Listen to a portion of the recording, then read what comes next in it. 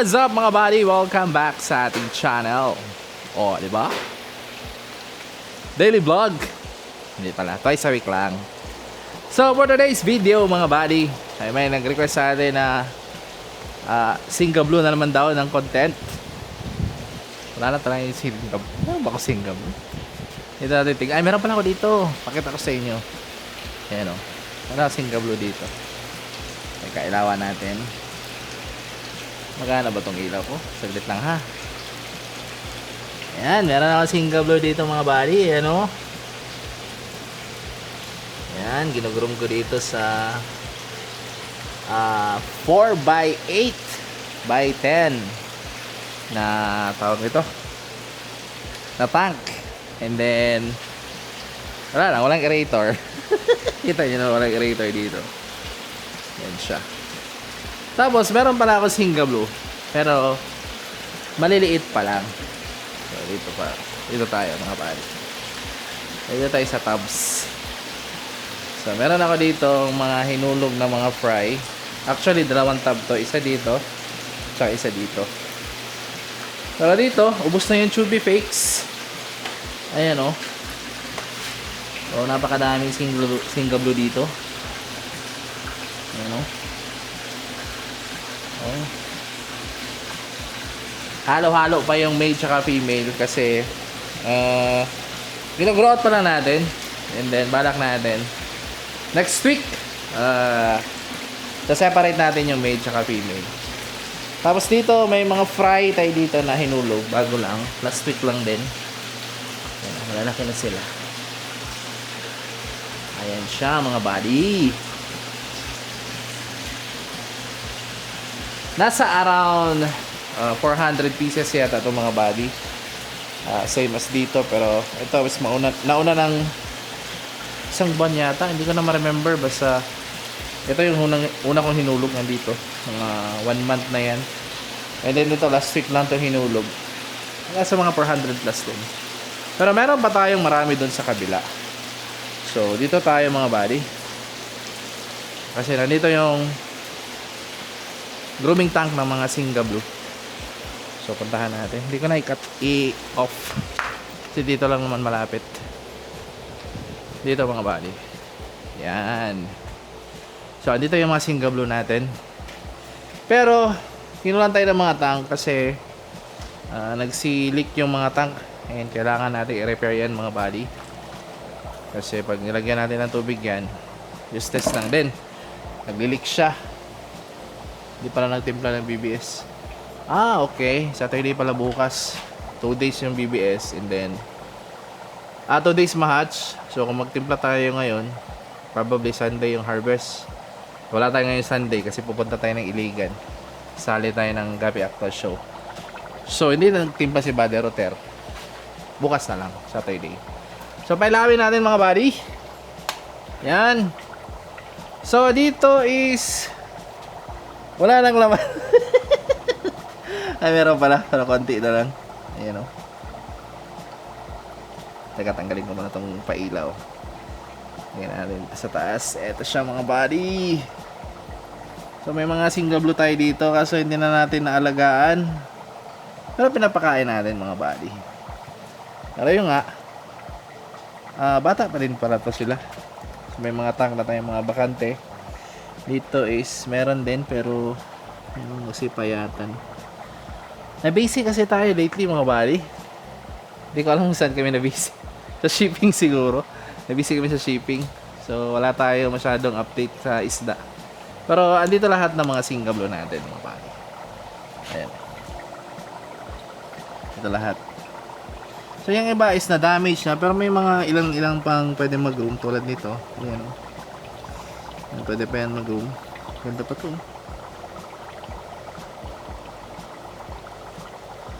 So ngayon, ang topic natin yung Singa Blue. Ayun na nga, Singa Blue na nga. And then, turuan ko kayo paano mag-room ng Singa Blue. Tara, punta tayo dun sa kabila. Let's go. So, dito tayo mga buddy. Ayan o. So, hapon na ngayon mga buddy. Around 5 o'clock na. And then may dalawang variant tayo ng Singa Blue. Merong ribbon tsaka non-ribbon. Pakita ko sa inyo yung ribbon. Dito. Dito pala. Sorry. So, dito yung mga ribbon natin na Singa Blue. Ayan o, nag-fry na naman sila o. Ayun, may mga anak. Hindi ko pa nakuha. Ano nga natin to? Ang daming fry o. May inulog kasi akong female dito nung isang araw. Mga ribbon na female. Ito, fry din to ng Singa na ribbon. Diyan mga buddy, Singa ribbon. Yan o. Dami niyan o. Kita nyo? Madami na tayong paanak ngayon mga buddy. Pero hindi ko pa binibidyohan. Ngayon papakita ko sa inyo yung breeder ng ribbon natin na Singa Blue. Yung female na ipapakita natin kasi yung male same lang naman yung gamit natin. Actually yung strain na to galing to kay Boss GRB, yung female. Pero yung male na gamit natin is dito sa farm. Binigyan niya ako ng dalawang female na ribbon. Kita nyo naman kung gaano kalalaki yung mga female natin. So ayan yung female natin, lagyan natin sa tank. So isa na yung nahuli, yung isa hindi nahuli. Ito pakita ko sa inyo mga buddy. Yung ribbon natin. Teka, ayan o, ribbon na Singa Blue. Lagay natin dito. Kunin natin yung ilaw kasi eto dito natin lagay. Ayan siya. Di ba ang laki, extended yung isa. Kita nyo, laki nito, kalahati nung tank. Teka, check natin. So ayan siya mga buddy o. Buntis na naman yan, mga anak na naman. Yung Singa natin. Ayan yung ribbon jeans, ribbon pala na female. And then sa non-ribbon na variant is nandito sa kabila. So punta tayo dito.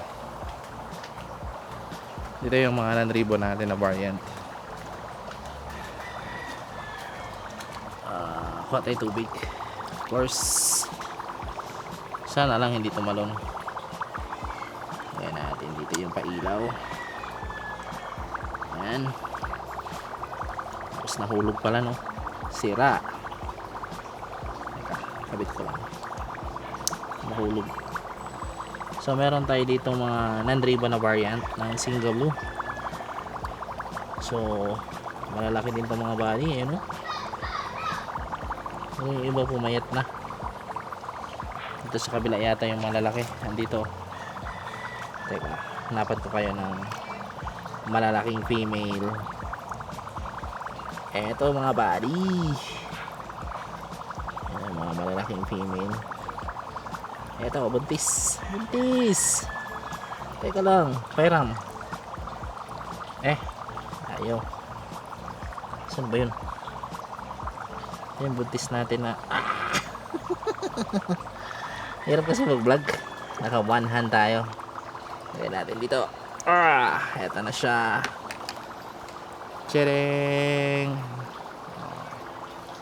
Laking female. Teka, pakita ko sa inyo ng maayos. Lagyan natin itong pailaw. Yan. Malapit ang mga anak ko. Siguro magdadrop yan ng mga 60 plus. Diba?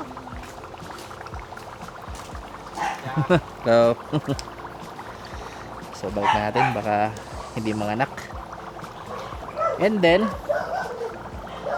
ayan yung breeder natin, napakadami. Ayan. So marami tayong breeders yan. Marami tayo ditong paanak. Ito ribbon to. Ito yung first batch ng ribbon natin mga buddy. Ayan, mga ribbon jeans. So pinag-separate natin para hindi maghalo-halo yung kanilang mga jeans. Ito naman yung female ng non-ribbon. Saan nyo ba? Off natin yung paan. Aerator. So dito yung mga female. So naubusan na pala sila ng chubby fakes. Ayan o, meron mga malalaki. May mga fry pa nga o. Kita nyo yan, dami. So madami yan dito mga body, mga pang release. Ayan. Honestly yung Singa guys, hindi masyadong nabibenta sa market. Yung mga bumibili lang nito is yung mga sumasali lang talaga sa show. The rest, hindi naman masyadong nabibenta yung Singa Blue. Yan yung katotohanan sa mga pang show na isda. Tapos, ay, dito pala, pakita ko sa inyo yung mga fry. Madami akong fry dito eh. Teka, pakita ko sa inyo. Singa Blue, no? Dito. Meron tayo dito. Ayan o, mga malalaki na. Actually, nirelease natin ito ng tig 100 kasi sobrang dami ng singa natin. Ayan o. Ganyan kalalaki yung tig 100 natin mga body. Meron dito sa kabila. Tapos sa kabila. Sa kabila yung singa. Ito. Oh, di ba? 100 peso yung isa. Yan. So marami nag-avail yan mga buddy. And papaship natin sa Monday kung kaya.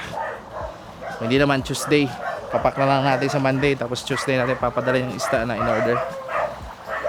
And ayan, balikan ko kayo mga buddy. Paingin aso. So ayan mga buddy, nakita nyo kung paano tayo mag-breed ng singa. So may dalawang variant yung singa natin dito. May non-ribbon tsaka ribbon na singa. Pero yung ribbon is hindi pa natin na-release. Kasi pinaparami pa lang natin. And then pipili pa tayo ng pwede nating i-show. So turuan ko lang kayo paano i-breed. Actually napakadali lang i-breed ng singa mga buddy. Galing doon sa planggana. Pag nanganak yun mga buddy, ihulog muna natin sa kabilang planggana. Siguro magsistay sila doon ng mga 3 weeks or maybe 2. Kahit 2 weeks basta pag pwede na silang kumain ng chubby flakes mga buddy, pwede na silang ihulog dun sa cement pan. Andun sa gilid, yung dalawang cement pan dun. Pwede na natin ihulog dun yung singa hanggang sa pwede na nating i-select as groomable. So katulad dito mga buddy, yung iba dito is month old. Pag na-gender na sila, dito sila nilalagay mga buddy. Kaso nga lang ngayon, kasi hindi natin na-assist ng masyado kasi busy si Buddy Jomari. Kasi kay Buddy Jomari itong nakatoka dito sa Singa Blue. And then, ngayon is busy kasi kami. Hindi ko lang bakit kami busy. Ba't kayo busy? Baka sa shipping nga. Kaya kami busy. And then, galing doon sa cement ban, magsaselect tayo ng mga male. And then, hulog natin dito isa-isa. Hulog natin dyan isa-isa. Yung mga singa. So, total ng tank dito, mga body for singa is around 128 pieces na mga tank for singa. Pero yung laman ngayon is nasa around 40 plus lang yata. Yung iba kasi maraming walang laman. Nakita nyo, halos walang laman yung iba. Ayan, may mga bakanting tank. Yung iba may butas. Yung iba naman may nakalagay na ibang strain. Tulad nito. Hindi ko alam anong strain yan. Mosaic yata yan. Ayan o, mga dragon. So, totally, hindi lahat nakalagay dito singa. Pero, baka next month, magre-reset tayo dito. And then, yung mga nasa cement pan na mga singa na mga lalaki, ihulog natin dito mga body for show. Mag-groom tayo ulit para show. And then, yung pakain naman ng singa natin is, pag available yung BBS, kaso nga lang walang BBS ngayon. Pag available yung BBS, mag-BBS tayo at least once every 2 days yung BBS natin. Tapos sa mga grow outs naman, always yan may chubby mga body para mabilis silang lumaki. Nakalagay dun sa bowl. And then yung BBS naman nun, same lang kasi isang harvest lang every 2 days. Napapakain kami na isang beses na BBS. Tapos mostly yan puro feeds na. And then yung pinakasusi dyan na maging maganda yung inyong isda mga buddy is yung tubig talaga, yung quality ng tubig. Dapat kasi yung quality ng tubig talaga is malinis. Hindi katulad nito na madumi na. Hindi mo naman kailangan tanggalin talaga lahat ng lumot. Importante dyan is masaipon mo yung mga dumi ng isda. Yan, tulad nyo. Daming dumi. So, kailangan mo masaipon yan para hindi mag-cause ng bad bacteria na pwedeng ika-finrot ng isda or ika-internal parasite. Ayan. So, ganun lang naman kabilis mga buddy. Importante lang talaga dyan is meron kayong mga stock water na tubig para meron kayong pang refill dun sa naipon nyo na tank. Ayun lang. Tapos, hindi naman lahat talaga yan. Kahit show grade yung ginamit nyo na pang materialis mga buddy. Hindi yan lahat nagiging show grade. Baka sabihin nyo, show grade yung grenade ko, pati yung female, nanalo yun sa show, nag-champion. Hindi lahat yan ng anak mga buddy is show grade. Pero malaki yung chance na kumbaga 50-50 yung dami ng mga pwede niya i-select as groomable. And then probably pwede maging show grade yan mga buddy later on. Pero matagal pa yung proseso mga buddy, around 4 to 5 months. Tapos sa 3MB naman 2 months meron na kayong ma-select as 3MB na pang show. And then yung adult 4 to 5 months up to 8 months yan mga buddy na tuloy-tuloy yung pag-aalaga. Dapat hindi talaga yan dumaan sa hindi makakain kahit isang araw. At least meron lang ng feeds everyday para mabilis na makikigin yung mga alaga. I think yun lang. Sana nasagot ko yung mga tanong nyo. Galing dito sa Singa. Kasi wala namang masyadong special. Basta meron lang kayong magandang lalagyan. Hindi naman talaga kailangan expensive. At least meron kayong decent na paglalagyan ng inyong mga alagang isda, especially yung mga ginugurom natin mga buddy. Yung crater pala na gamit natin dito is LP100. Ayan o. So naka-series yan dito sa ating mga tank. Ayan siya, naka-series yan lahat. So dinadrive niya lahat dito ng 128 tanks, including doon yung 5 hatchery ng BBS natin mga buddy. Ayan, may canister yan o. Tayo. So dyan nagba-backfire yung hangin na sobra. Pag nag-full to, yung mga tapon ng hangin dyan sa mga tank is pantay mga buddy. Yan yung purpose ng canister dito sa ating LP100. Ayun lang mga buddy. So kita-kita tayo sa susunod na video. Yun lang. Bye. Fish out.